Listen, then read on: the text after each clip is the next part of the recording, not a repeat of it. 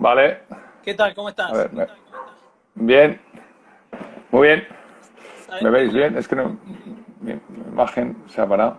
Vale. está como apuntando para otro lado, me parece? Sí, ¿no? Sí, Ah, ahí ahora estás perfecto. es que no me veo yo. Ahí yo te veo perfecto. Vale, ok. ¿Estás bien ahí? Ahí perfecto. Bueno, ¿qué tal? Sabes que antes que nada te agradezco mucho, te agradecemos porque imaginamos que no solo con tu rol de jugador, sino con tu rol de dirigente, el tema este de las entrevistas y esto debe estar un poco saturado, pero para A estas nosotros, horas ya, a estas horas estamos acabando el día ya. sí, para nosotros la verdad que es un lujo, o sea, inconmensurable poder charlar con vos. Sos de las personas con las que crecimos viendo jugar y nos da una ilusión terrible poder tenerte acá.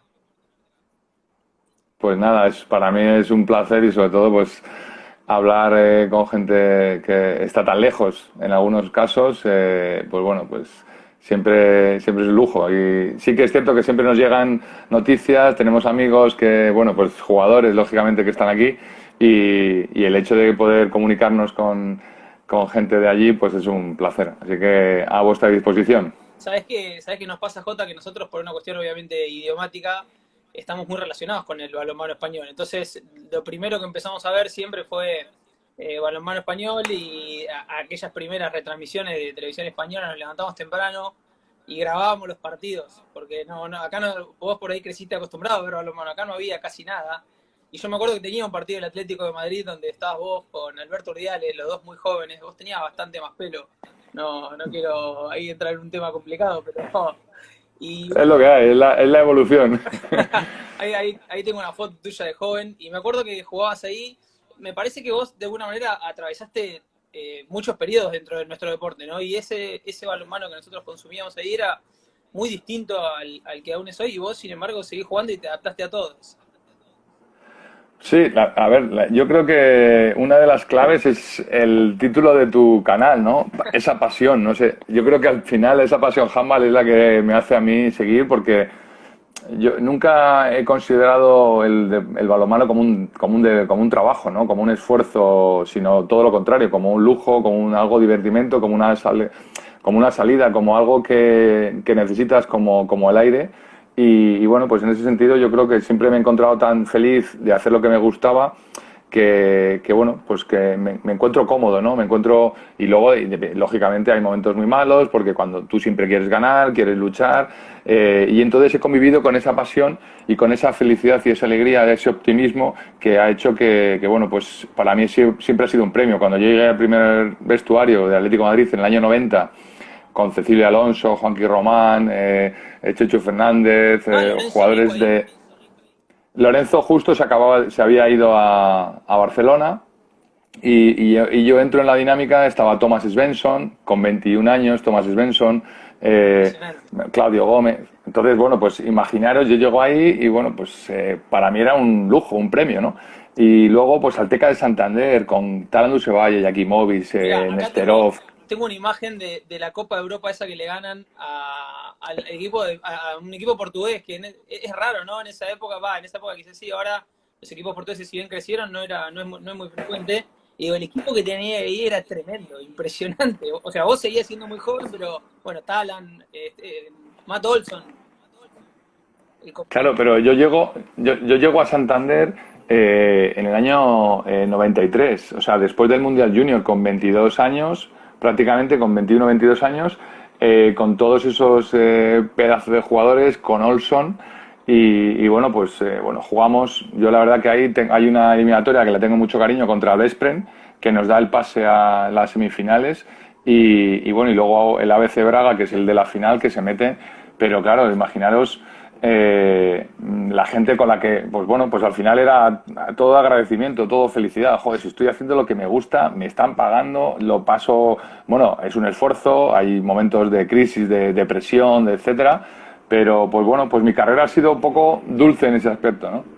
sí, porque además yo estaba repasando y la verdad que jugaste en casi equipos de sueño, auténticas selecciones prácticamente, y con jugadores que han marcado sin duda una época, tanto en tu puesto como en los demás. Estuviste ahí tanto en Atlético como en Teca con los dos suecos que fueron durante mucho tiempo, creo que los porteros que todos hemos mirado y alucinado, ¿no? Flipado, como dicen ustedes, con ellos. Yo he ¿Tuviste convivido. aprender de ellos, digamos, eso? ¿Cómo lo tomaste? ¿Cómo fue?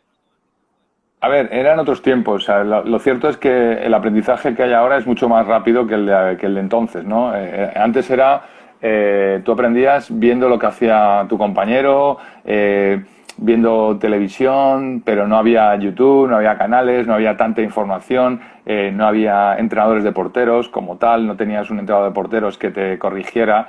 Lo más parecido a que yo tuve de entrenador de porteros fue mi segundo entrenador en el Atlético de Madrid, Paco Arparrilla, que luego fue mi primer entrenador, que bueno, que de alguna manera montaba ejercicios para que pudiéramos trabajar, pero no había esa formación. Entonces, bueno, pues nuestro aprendizaje era mucho más lento, por eso el portero explotaba con 28 o 30 años. O sea, el portero realmente se convertía en un portero ya con garantías con 28 o 30 años.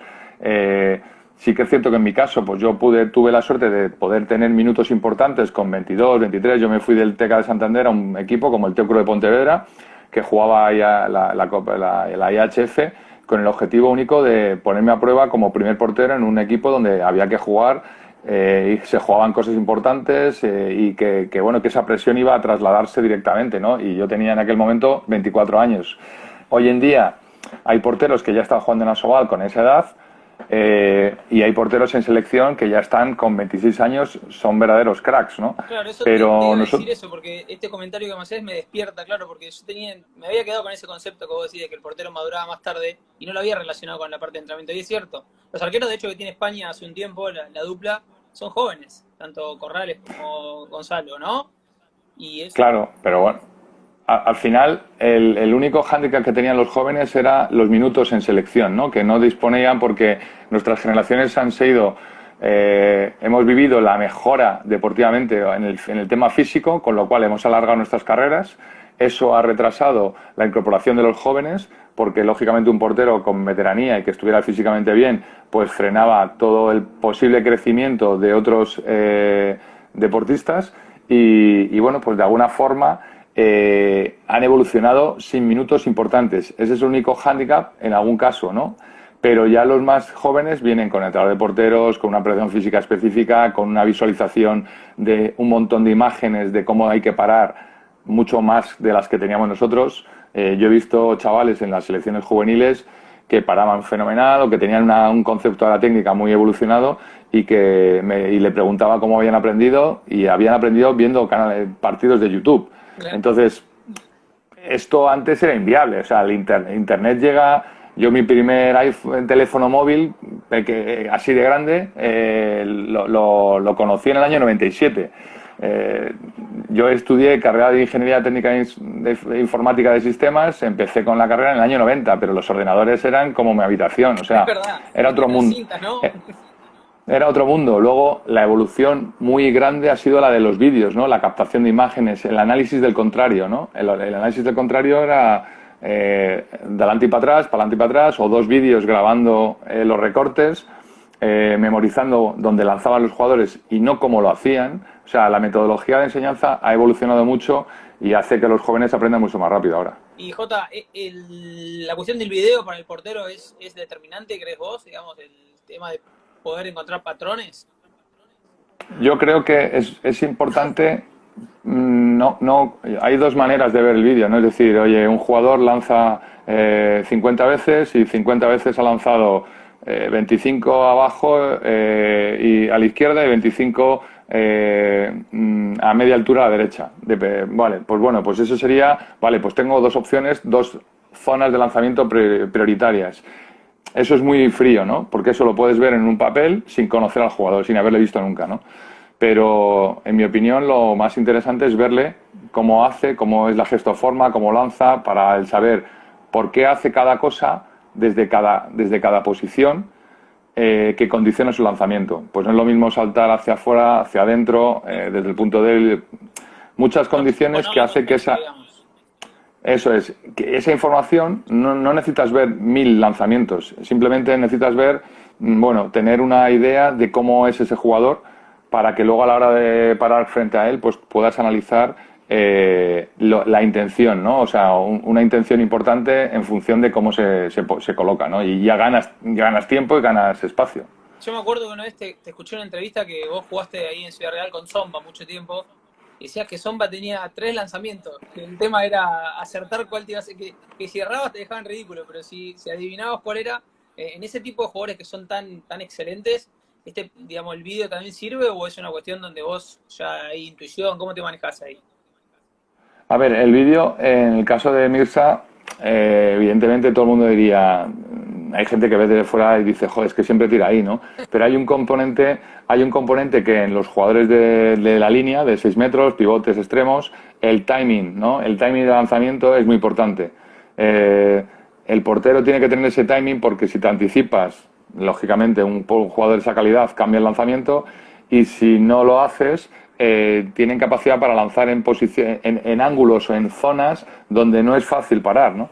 Entonces, bueno, pues ese es el juego del que tú sabes, que yo sé que tú sabes y al final, por eso es muy importante el posicionamiento, o sea, yo aprendí a colocarme tarde, como quien dice, ¿no? Es decir, cuando ya eres mayor te das cuenta de que la posición en el campo es vital para ganar la opción de parar el balón. Había porteros que hacían una parada estratosférica, paraban desde el ángulo contrario en diagonal, saltando, levantando la pierna, paradón, y otros porteros inteligentes que decían, no, si este jugador, teniendo en cuenta cómo va a hacer, va a lanzar ahí, no tengo que hacer nada especial, tengo que ir un poco antes o tengo que colocarme, ¿no? Es un poco las diferencias de un portero a otro. Al final, ¿cuál es el objetivo? Que todo cabe en una bolsa que es, la paras. Si tú la paras, ya está, ¿no? Pero en el tiempo, en la regularidad, el hacer las cosas bien te va a permitir tener más garantías. ¿Sabés, Jota, que nosotros te vimos mucho tiempo en la selección española y a mí me daba esa impresión como que parás, no digo sin esfuerzo, porque obviamente te esforzás, pero no unos gestos extremadamente, ¿no? Y digo, tiene que ver con esto que vos decías de aprender a leer. Uno dice, Hombrado para y apenas se mueve, ¿no? Esto de, un poco nosotros tenemos un portero en España llamado Leo Maciel que tiene ese estilo también, de que no se mueven demasiado, no vuelan, nunca terminan en el piso y sin embargo paran un montón. A ver, Leo es un portero que analiza mucho al contrario, entonces tiene una información previa muy importante y entonces juega con eso. Entonces, en un momento dado, tú cuando te para el lanzamiento como jugador dices, joder, macho, yo que estoy aquí tirándome, volando, haciendo de todo y llega el portero y hace plum y me la coge a 2 manos o me la para sin haber hecho nada especial, ¿no?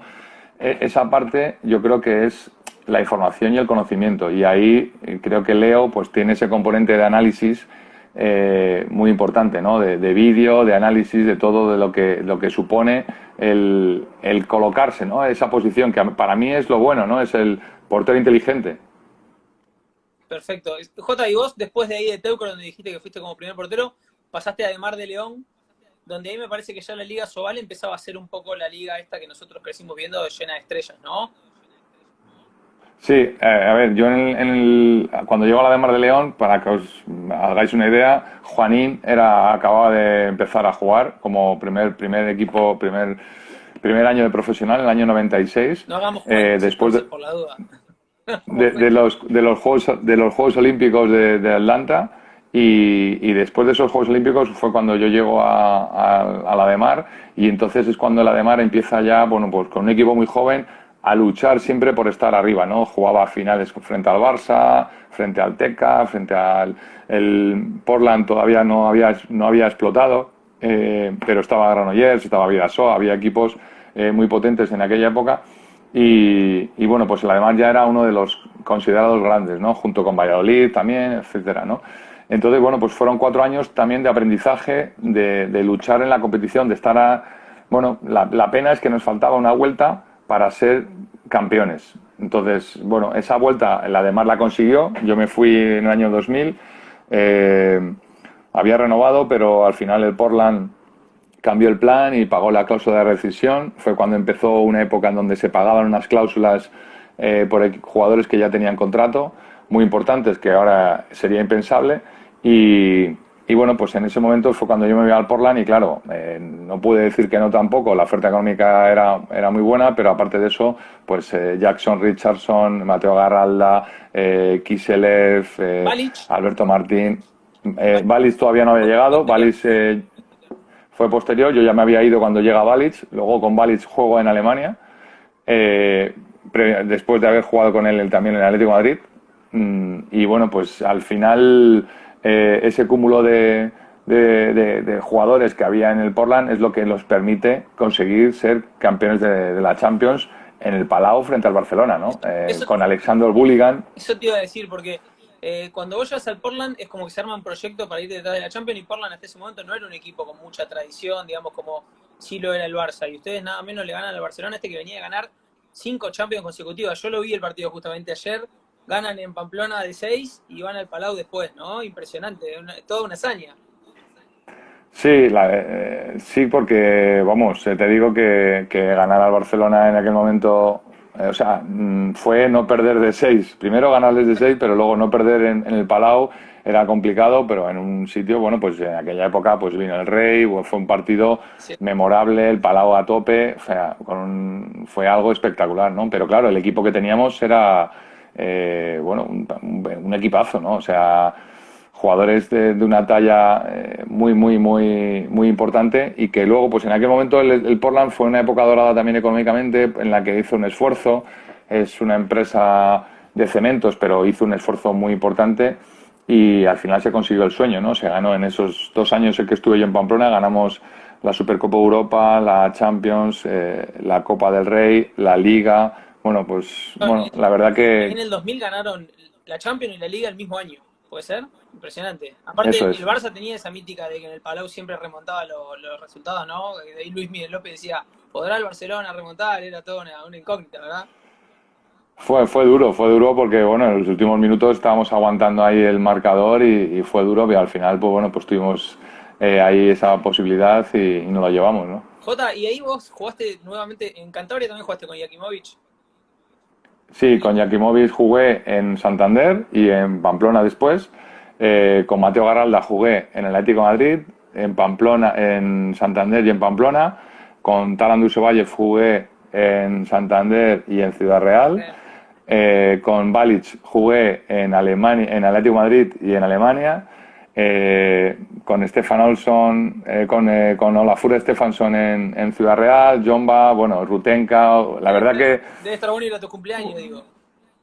es un lujo, ¿no? Es un lujo, o sea, yo soy en esa parte soy humilde, pero no sé, la satisfacción es para mí el hecho de haber podido compartir momentos con todos esos jugadores históricos que serán, bueno, toda la vida han sido de los grandes Ellos y bueno, con pues vos también, sin duda.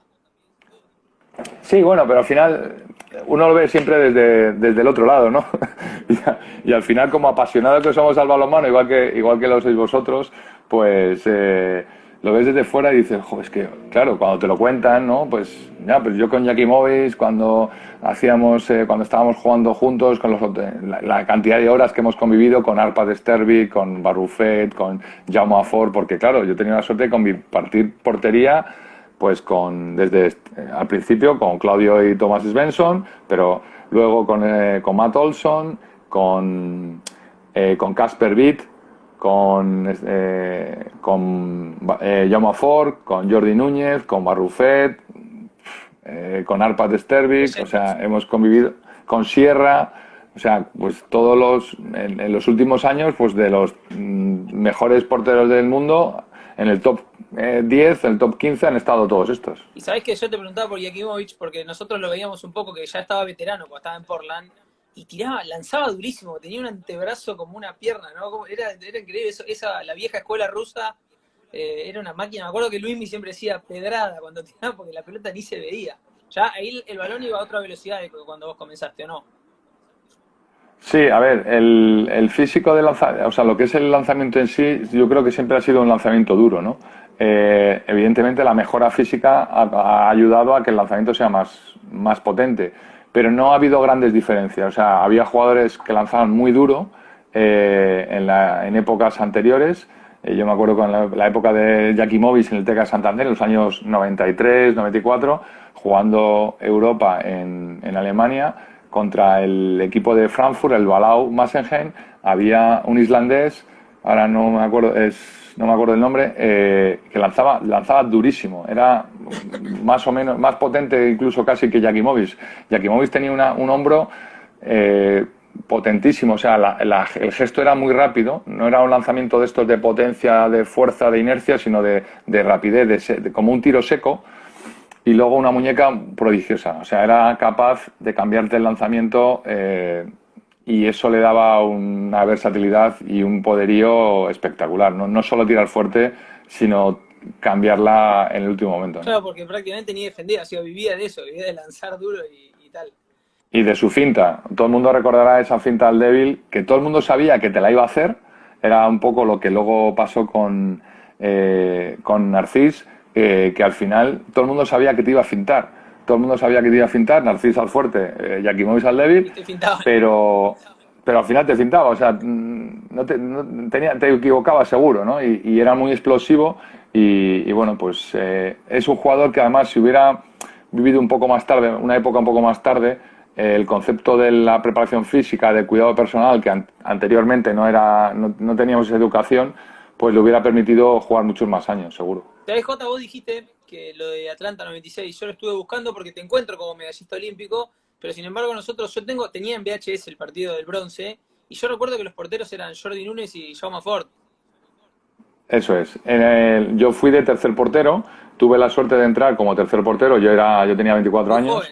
y sí, sí, y entonces, bueno, pues en aquel momento las convocatorias olímpicas eran 16 jugadores, no como ahora. Ahora ya se han reducido prácticamente a 14 porque la configuración de los Juegos Olímpicos ha cambiado un poco, ¿no? Antiguamente bueno, pues el deporte llevaba tantos jugadores, en aquel momento eran 16 el balonmano y bueno, y además ahora hay un componente que es que después de 2 días de acabar tu competición te echan fuera de la Villa Olímpica. En aquel momento no se iba nadie, pero Ah, claro, sí, imaginaros las juergas, ¿no? En las que se preparaban en los Juegos Olímpicos. Entonces el balonmano duraba desde el primer día de competición hasta el último, con lo cual nunca hemos tenido, o sea, siempre vivimos todos los juegos, pero había deportes pues como atletismo, oye, pues hacen su participación y a los 2 días de participar tienen que irse. En aquel momento no se quedaban. Entonces, claro, los que se quedaban hasta el final de los Juegos espectacular. disfrutando de la ciudad, de todo, ¿no? Y a partir de los de Atlanta eso cambia. Entonces llega a Sydney y en Sydney ya de 16 jugadores pasa a 15 y lógicamente pues en la configuración de un equipo balonmano pues se quita al portero porque el tercer portero, pues bueno, en caso de lesión, si estás muy lejos, imagínate, tú estás en Sydney y se lesiona uno de los porteros, bueno, pues tardaban 12 horas en llegar el otro portero, bueno, pues en aquel momento pues se la jugaba un poco el equipo llevando 2 porteros porque no era habitual que uno se lesionara. Pero bueno, eso luego ha ido cambiando y desde Sydney son 15, yo ya no entré, luego ya volví a entrar en los Juegos en Atenas, donde fuimos Barrufet y yo, Pekín, Barrufet y Ahí yo, también bronce.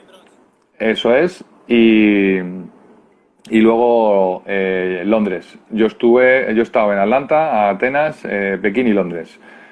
Y en Londres me tocó con Stervik. Estuve con Stervik y bueno, además con Stervik fue porque el primer día jugamos contra Serbia, se lesiona y tengo que jugar contra Dinamarca y contra Hungría sin sustituto. Ah, terrible. Pero bueno, contra Hungría ganamos, contra Dinamarca perdimos y bueno, no fueron los mejores juegos por el recuerdo, pero bueno, es mejor estar que no estar, ¿no? Jota, pero ese Atlanta 96 fue, me parece, un poco el primer gran éxito del balonmano español porque sobre todo le ganaron a un equipo francés que a ustedes generalmente tengo entendido que le venían ganando seguido los franceses.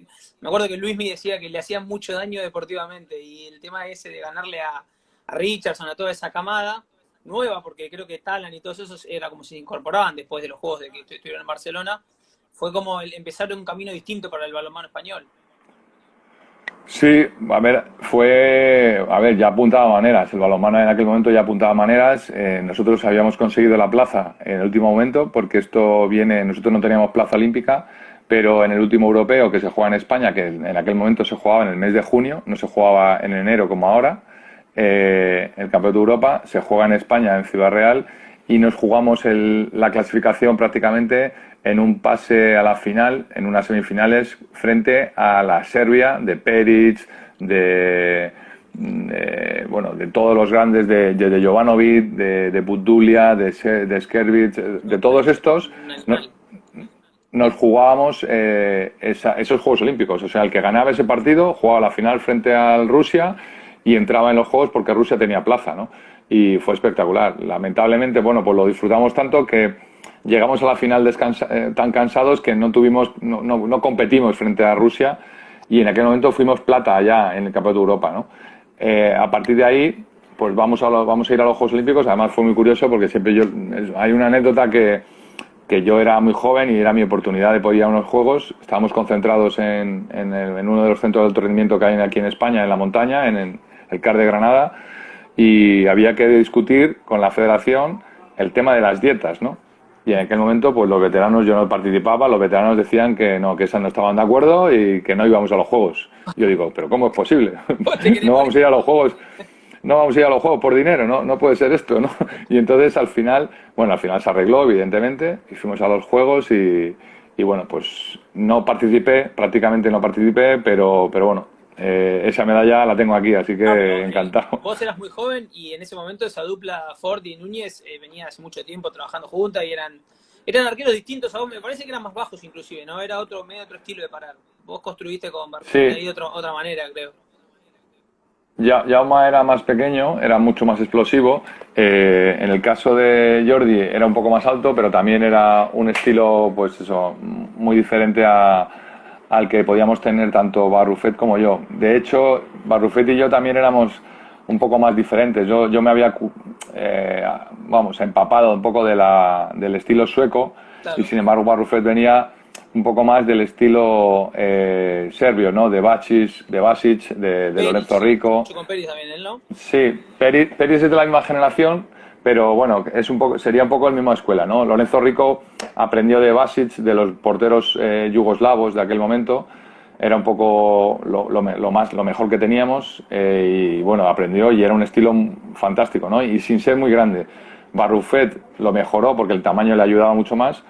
Y yo estaba ahí con ese híbrido de portero sueco, de Klaus Helgren, que era el padre de la portería sueca, que luego ha venido Svensson, luego Olsson, Svensson, etcétera. Los suecos han tenido Anderson. una historia de porteros tremenda, ¿no? Digamos, porque la verdad que después de esos dos vino Gensel, ahora tienen esta dupla Palica. Impresionante la escuela sueca en ese sentido. Sí, al final, oye, son grandísimos porteros, pero si lo analizamos un poco fríamente, pues eso, salvo los que han participado, bueno, pues el ejemplo puede ser Landín, ¿no? Que siendo nórdico, pues como pues la escuela nórdica de porteros ha sido siempre muy buena, ¿no? Kasper Witt en su momento, Landín, Green, el portero noruego que estuvo siempre en Kiel. Lo que pasa es que bueno, al final ese punto de competitivo yo creo que a España le ha hecho un híbrido entre los yugoslavos y los nórdicos, y yo creo que hemos conseguido más títulos, ¿no? Sin duda. Y al final eso nos ha ayudado, pues tanto a Barrufet, que lo ha ganado todo también, como ahora pues a Gonzalo, a Rodrigo, pues con Stervik en su momento, pues con todos los que hemos estado, pues al final Sierra, yo creo que Sierra también es un grandísimo portero, que ahora regresa de Francia a jugar a Vidasoa ya. Pues bueno, pues este año Vidasoa pues es un digno equipo, bueno, pues para competir por cosas importantes. Jota, y ahí me gustaría entrar un poco en tu época de Ciudad Real. Ahí en 2002 llegás a Ciudad Real y se arma uno de los proyectos más épicos del balonmano mundial, ¿no? Sí, bueno, pues fue un sueño, ¿no? Además, yo tenía contrato, o sea, fue muy curioso mi llegada porque hubo ahí varias oportunidades. Yo conviví en paz descanse con Vladimir Rivero, el cubano, que un portero muy, muy explosivo en Pamplona. Y cuando llega Vladimir, pues estábamos allí los tres, Bulligan, Vladimir y yo, estuvimos un año conviviendo los tres. Y después de esa, yo jugaba tanto Liga como Champions y ellos se alternaban Liga y Champions, ¿no? Y en ese momento fue un momento en el que había dudas de continuidad en Pamplona. Bueno, yo tenía 2 años más de contrato y fue cuando el Ciudad Real me propone la opción y paga la cláusula de rescisión y sobre un proyecto que ya había empezado. Y bueno, pues hablé con Talan, con mi amigo Talan, y me dijo, oye, tú vendrías, tal. Al final surge la oportunidad y me lanzo a un nuevo proyecto y ahí empezó todo, ¿no? En el año 2002. fue con Juan de Dios, luego ya una vez que Juan de Dios lo deja, entra Talan y pues el proyecto cada vez iba mejor. La economía es evidente que ayudó mucho. Se llegó a tener casi 8 millones de presupuesto. Yo creo que es indudable que eso pues ayuda a atraer jugadores como Olafur Stefansson, Rutenka, Alberto Entrerríos, Zomba, Milicic, Avaló, después o sea, Zomba. Avaló, Cambiaron uno por Didier otro. Guinar, Roland Duríos, bueno, pues se imagina, o sea, Todo. es infinito. Luego Chema Rodríguez, bueno, pues porque Animal, los nacionales, los mejores nacionales estaban allí, o sea, Pajovic, Uros Torman, bueno, Había un joven, Viran Morros, me acuerdo, en ese momento, que se ve que Bueno, aprendió bien de Viran Guinar. se iba a retirar, sí, Viran se iba a retirar, aquel joven se iba a retirar este año en París y va a seguir un año más porque, bueno, pues con este dedo de los cambios, del cambio de los Juegos Olímpicos por un año más, pues tanto Raúl Entrerríos como Viran Morros, que se lo iban a dejar, pues bueno, van a seguir. Modificaron un poco eso, el plan.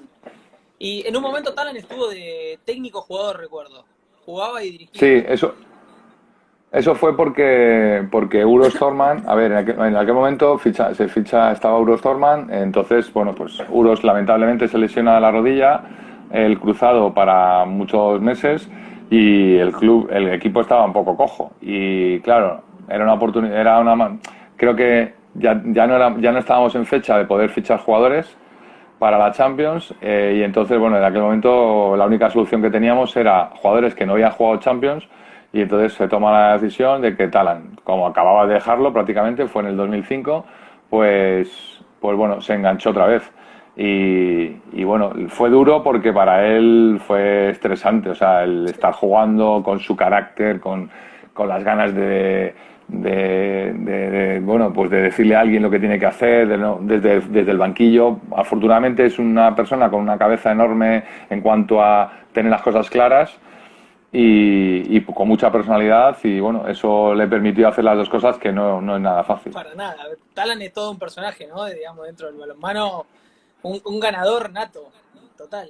Sí, es un hermano, es como un hermano para mí. Para mí tiene mucha gente no le conoce tanto, pero es espectacular en cuanto a la claridad de ideas, la facilidad de empatizar, aunque no lo parezca en algún momento, con los jugadores, de conocer lo que piensa un jugador, la psicología de cómo tratarle.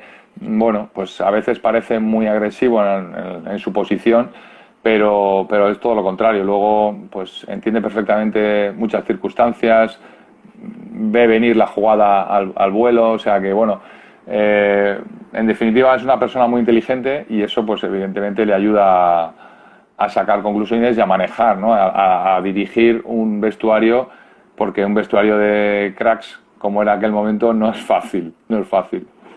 Jota, y vos sos parte, me parece, también otro momento épico, que fue el título que ganaron con Juan Carlos Pastor, ¿no? Porque parecía como que España, haciendo un paralelismo, no sé si cabe, con la selección de fútbol, tenía muy buenos equipos, pero los títulos medio que se le negaban, ¿no?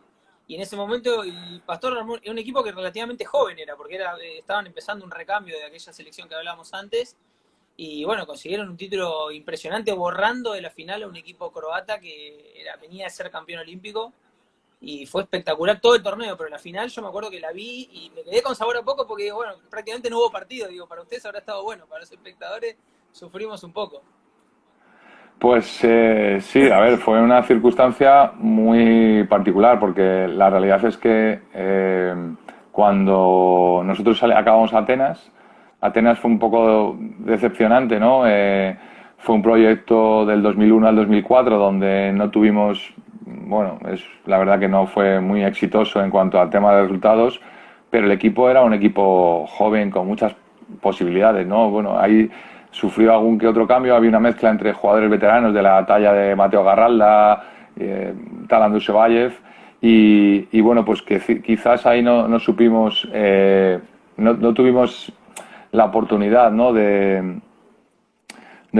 O no tuvimos la suerte, no sé cómo explicarlo, ¿no? Porque estuvimos muy cerca de conseguir cosas en el Mundial de Francia el 2001, pero finalmente no nos salió. Y bueno, pues en el momento en que acaba los Juegos Olímpicos de Atenas, pues normalmente en España con el ciclo olímpico se buscaba un cambio de entrenador. Sucede que al haber un cambio de entrenador también había un electoral federativo y entonces, bueno, pues eso va un poco asociado. Eso retrasa, las elecciones se retrasan, con lo cual a la persona que le habían dado la responsabilidad de poder llevar la selección a partir del próximo ciclo olímpico, del 2004 al 2008, bueno, pues era una persona que estaba ahí y como se retrasan las elecciones y el Mundial pillaba en el medio, pues bueno, buscan una alternativa. Entonces buscan una alternativa y en ese momento llaman a Juan Carlos Pastor. Oye, Juan Carlos, tú eres entrenador del Valladolid, pero puedes, para este campeonato, puedes ayudarnos. Tal. Bueno, con la fortuna y con el saber hacer de utilizar las piezas bien utilizadas y conseguir ganar. O sea, hay un componente de fortuna siempre que es importante, que ahora contaré, pero al final consigues ganar. Entonces vienes del Mundial con el oro, a ver quiénes, los jugadores diciendo Pastor renovación, y al final pues acaba un ciclo que es el ciclo, yo creo que uno de los ciclos hasta que empezamos otra vez volver a ganar a partir del 2013, uno de los ciclos más exitosos de la selección española, ¿no? Del 2005 al 2008, ¿no? Entonces, bueno, pues la cuestión es que la suerte, ¿cuál fue? Pues la suerte fue que en el caso del partido frente o sea, que juegan Croacia-Serbia, ese partido se tenía que producir, o sea, tuvimos la suerte de que el partido fuera después del nuestro. Nosotros jugábamos frente a Noruega, si nosotros ganábamos y ellos empataban, pasaban ellos. Si nosotros perdíamos, pero nosotros jugábamos después, perdón. Si nosotros perdíamos frente a Noruega, Croacia se quedaba fuera. ¿Qué sucedió? Porque, claro, Croacia podía haber pactado, entre comillas, un empate y haber pasado Serbia y Croacia. En aquel momento, además, había una cierta discusión. Es imposible pacten, ¿no? Pero, claro, pero el problema es que nosotros jugábamos después. Entonces, si eso sucedía y nosotros perdíamos, ese empate no servía para nada, era inocuo y entonces Croacia se quedaba fuera. Teníamos que ganar. Entonces, nosotros dijimos, bueno, como no ganéis, nosotros vamos a estar muy desmoralizados y es posible que no ganemos a Noruega, ¿no? Y el calendario condicionó enormemente esa opción. Luego, los partidos, lógicamente, hay que pelearlos y, de hecho, Suzun, el extremo izquierdo serbio, falló un tiro frente a Sola en el último minuto, que podía haber dado el empate a Serbia y haberla clasificado directamente para las semifinales. Pues ese detalle, que puede ser insignificante en el calendario, pues condicionó las opciones de España, ¿no? Esa historia la verdad que no la sabía, porque en general nos quedamos más con la final, ¿no? Pero es impresionante lo que estás contando. ¿Y cómo, Jota, la final? Ustedes ya habían jugado con Croacia en ese torneo, ¿verdad? Y lo volvieron a enfrentar en la final. ¿Vos sentiste así también que no hubo partido o cómo fue desde dentro de la cancha? Bueno, nosotros estábamos tan revolucionados y tan nerviosos y tan preocupados del nivel de Croacia que, bueno, salíamos como a partido perdido a lucharla desde el principio muy intensos y bueno, yo creo que en ese momento Croacia no se esperaba que España, yo creo que, no sé si fue hacernos de menos o no sé cómo considerarlo, pero creo que en ese momento Croacia, bueno, se vio abrumada por el potencial nuestro, ¿no? El nuestro teníamos muy claro las acciones de juego, Pastor había estudiado perfectamente el juego croata, nos venía muy bien. Una de las condiciones muy importantes era poder defender, parar su ataque. Laskovic en aquel momento era imparable, Jomba, pues bueno, pero nuestro ataque era demoledor, por eso nos fuimos a muchos goles. O sea, para España en aquel momento, con que defendiera un poco, o paráramos un poco, teníamos mucho ganado porque nuestro ataque era, no te voy a decir infalible, pero teníamos muchas soluciones, ¿no? Con el juego de Chema Rodríguez, con Rolando Uríos, con los extremos, con Juanín, con Abel Rocas. Ese 2 versus 2 Chema Rolando marcó toda una época, ¿verdad? Claro, esa fue, yo creo que una de las claves de España en esos momentos, ¿no? Que nuestro ataque era demoledor. En el momento en que España no era capaz de llegar a 30 goles, sufríamos muchísimo porque nuestra defensa, bueno, era una defensa muy intensa, muy buena, con buena portería, pero que, bueno, pues que permitía cierto juego al rival, ¿no? Y sí, pero sin embargo nuestro ataque era muy bueno, muy bueno. Entonces eso le daba mucha versatilidad y el hecho de que fuéramos a 30 goles nos daba mucha vida. Jota, y ahí cuando, volviendo a lo de Ciudad Real, cuando el proyecto se empieza a pinchar un poco desde lo económico, hacen un intento de ir nuevamente al Atlético de Madrid, es como que resurge, ¿no? Ahí vos volvés a tu ciudad, me imagino que por ese lado te habrá agradado la situación, pero ya llegaron un poco, digamos, con menos posibilidades que en Ciudad Real, ¿no? Menos presupuesto, difícil. Me acuerdo que balonmano Neptuno, una cosa ahí en el medio que nunca nos terminó de quedar clara. ¿Cómo fue esa situación? A ver, fue una vía de escape que, bueno, pues si lo analizamos a tiempo pasado, pues seguramente hubiéramos elegido otro modelo, ¿no? Pero sí que es cierto que, bueno, fue como la situación económica desde el 2007 se iba torciendo. Desde el 2007 yo es cuando empiezo a hacer bajadas de contratos económicamente prácticamente a todos los niveles, todos los jugadores iban descendiendo los monumentos desde entonces y el proyecto de Ciudad Real, pues bueno, le empezaba a faltar sustancia económica y los jugadores más importantes se iban yendo, ¿no? Hasta el punto de que, bueno, cuando llegamos al proyecto del Atlético de Madrid era como, bueno, tenemos un proyecto muy económicamente muy fuerte donde podemos sustentarlo con masa social, con proyecto, con otro partner que pueda aportar, que no sea en Ciudad Real, ¿no? Evidentemente en Ciudad Real sentó muy mal. Yo tenía el corazón partido porque volvía a mi casa, a mi club de nacimiento, pero por otro lado yo llevaba 11 años, 10 años viviendo en Ciudad Real, mis hijos más pequeños habían nacido allí. Bueno, pues era una situación un poco difícil. La realidad es que al final, bueno, en un primer momento salió bastante bien. Faltaba una vuelta económica para tener un equipo un poquito más potente y poder hacerle más frente al Barcelona, que eso, aunque empezó muy bien, con 15.000 espectadores en Vista Alegre, pues imaginaros, o sea, los pelos de punta, ¿no? Impresionante. El problema de Madrid es que al final no hay instalaciones medias en cuanto a tamaño y muchos partidos, aunque hubiera 5.000 espectadores, en un campo de 15.000 resultaba un poco escaso, ¿no? Y bueno, y luego había partidos de 1.500, de 2.000, que bueno, pues evidentemente prácticamente como si no hubiera nadie, ¿no? Eso nos fue condicionando y luego pues una resolución del tema de la seguridad social, de Hacienda, pues el momento no fue muy bueno tampoco para el club de fútbol. Si hubiera sido un poquito más tarde, hubiera encajado, seguramente ahora estaríamos hablando de otra cosa. Y bueno, se tuvo que cerrar. No fue bueno para el Atlético de Madrid porque la imagen que dio fue mala. No fue bueno para el balonmano porque desde entonces se acabó nuestra liga en cuanto a un rival que pudiera hacerle frente al Barcelona. No había competición. Y bueno, pues eso fue un poco la crisis del balonmano, ¿no? La crisis del Atlético de Madrid o la crisis del Ciudad Real, eso condicionó todo lo que fue después. Hay un punto de inflexión ahí, en el 2000, la temporada 2012-13. Desde entonces, bueno, pues no se volvió a... No, Barcelona no volvió a perder un punto hasta el 2017. Sí, que empató un partido increíble. Que empató contra nosotros. Claro, Yo estuve es verdad. yo estuve en ese partido. Yo estuve en ese partido. La verdad que llevo toda mi vida en equipos luchando contra el Barcelona, ¿no? No, la gente se cree que no me caen bien, pero no es una cuestión de simplemente que me ha tocado estar en el lado contrario, ¿no? Siempre, porque bueno, pues además yo puedo reconocer de que en aquel momento, cuando yo era muy pequeño, pues un tío que tengo que es del Barcelona, yo era pues bueno, más afín al Barcelona que a otro equipo, ¿no? Pero bueno, nunca jugué al Barcelona, es una pregunta que me han hecho alguna ocasión. Y hubo una oportunidad en un momento dado, pero al final no cuajó y bueno, pues siempre he estado en equipos que hemos luchado por los títulos contra ellos. Jota, y vos ahí en Atlético de Madrid te lesionaste, tuviste una lesión grave que por lo que vi fue prácticamente la única que tuviste, ¿no?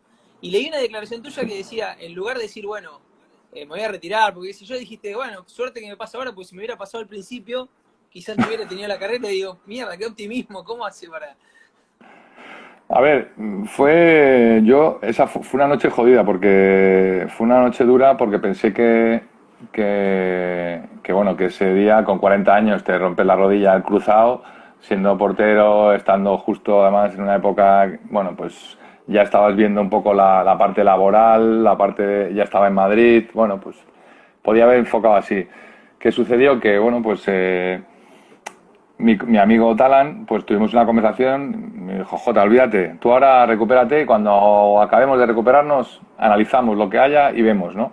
Y fue así, o sea, fue una motivación, me puse a trabajar 3 horas diarias, todo lo que me dejaban los médicos y en 5 meses y medio volví a jugar. O sea, realmente Impresionante. fue, bueno, pues, pero fue por las ganas, ¿no? Por ese afán de volver.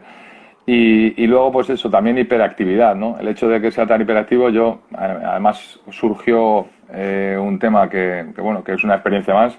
Durante ese periodo justo había elecciones a la Federación Española, que fueron en abril del año siguiente. Se habían demorado porque había Mundial. Yo me perdí porque la lesión a mí me impidió Eso te quería jugar con preguntar, la vos selección. estabas en el equipo para el Mundial, hubiera sido de los pocos que tenía dos. Claro, Con entonces Rodrigo de Chico. yo hubiera jugado el Mundial 2013 como capitán, además, que era de la selección y me rompí la rodilla y pues se fue al traste.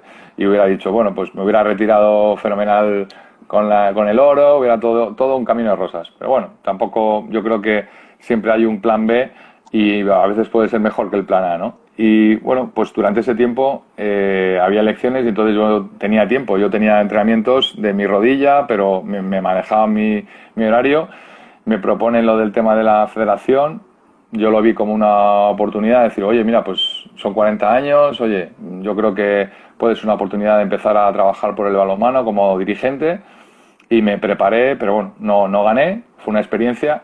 También me di cuenta de muchas otras cosas de nuestro balonmano de dentro y, y nada, pues en abril estaba jugando en las semifinales de la Champions frente al Barcelona, entre una y otra tenía elecciones y si ganaba pues tenía que demorar una semana a ser presidente y si perdía pues jugaba la semifinal frente al Barcelona en el Palau, o sea que Te faltaba barrer eh, la o, cancha nada más. Hola, sí, sí, exacto, ¿no? Y nada, y de ahí luego pues salté a, salté a, continué con el deporte, con el balonmano y fuimos campeones, ganamos la Copa del Rey en Logroño en 2013 y ahí se acaba, ¿no? Ahí es cuando llega la noticia de que el Atlético de Madrid, Ciudad Real, nuestro presidente, cierra, ¿no? Pero estamos de vacaciones, estamos en el mes de julio de vacaciones y nos llaman y oye que no hay equipo. Y imaginaros, o sea, fue un año, si lo analizamos bien, penoso, en el sentido de que me lesiono, no me puedo retirar en la selección, pierdo las elecciones y llego el verano y cierran el equipo, o sea, Durísimo. para olvidarme. Pero bueno, me fui a jugar la Superglobe a Qatar y con el equipo de Al Sadd ganamos la Copa del Emir y me ofrecen quedarme para toda la temporada. Entre tanto, me llaman desde de un equipo de Líbano para jugar los Juegos Asiáticos de Clubes. Me fui a Líbano a jugar y entre tanto me llama un equipo alemán que se había lesionado portero, Magnus Dahl, y que querían que estuviera allí 6 semanas. Pues al final ese año jugué en 3 equipos diferentes. Impresionante. Fue un año espectacular. Estuve viviendo en Doha, luego me fui a Beirut, me fui a Alemania, luego me fui a Beirut y después volví a Doha de febrero a junio. Lo peor, pues que no estuve en casa, con la familia, lejos de la familia y demás, pero como experiencia, pues imaginaros, ¿no? Jota, y ahí en Alemania, que la nota de color, creo que una vez dijiste que había un portero que pintaba bien, que era Andy Wolf, ¿no? Estaba con vos ahí. Pintó bien nomás. Pintó bien, sí, sí, no, a ver, yo fui como un bálsamo, ¿no? Yo creo que Andy es un portero, pues, hiper nervioso, competitivo, o sea, tiene un carácter muy especial, ¿no? Entonces, bueno, yo llego en esos 6 semanas que voy de prueba, fue cuando el equipo, bueno, pues Andy y yo estuvimos compartiendo portería porque el otro portero estaba lesionado y bueno, pues hicimos muy buena relación. La verdad que fue todo muy fluido y el entrenador se dio cuenta de que Andy funcionaba, o sea, crecía, ¿no? Estando a mi lado porque bueno, pues como como el que le relajaba y le hacía estar en su estado mental, físico correcto para que los partidos fueran mejor, ¿no? Y bueno, pues el año siguiente fue cuando me llaman y luego pues tuve toda la suerte de convivir todo el año con Andy y fue un año que sacamos unos números espectaculares entre los dos, ¿no? la media de paradas que teníamos en Bundesliga era entre 15 y 16 paradas en función de dentro o fuera, y eso los alemanes lo llevan a rajatabla, y ahí es donde Andy ya da un paso más hacia lo que luego en lo que luego se convierte, que es en cuando son campeones de Europa con Alemania, ¿no? Y bueno, pues básicamente Andy tiene todas las condiciones físicas para poder ser un grandísimo portero, y solo necesitaba saber estar, ¿no? O sea, ese control mental del juego, del timing, del momento, de esa pelea, de ese juego con el rival, de si te meten 4 seguidos no hundirte, todo esto. Y yo creo que es lo que lo que le aporté fue eso, ¿no? Esa experiencia para que se calmara, porque luego como portero ya lo sabía todo, ¿no? Ya lo tenía, ¿no? La Bundesliga es una competencia más dura que Sobal, digamos, en cuanto a la calidad de los equipos, digamos, ¿son más parejos, puede ser? ¿O cómo lo viviste vos? A ver, la Bundesliga es muy potente porque físicamente es muy potente, ¿no? Da una velocidad al juego, el físico predomina sobre el juego, ¿no?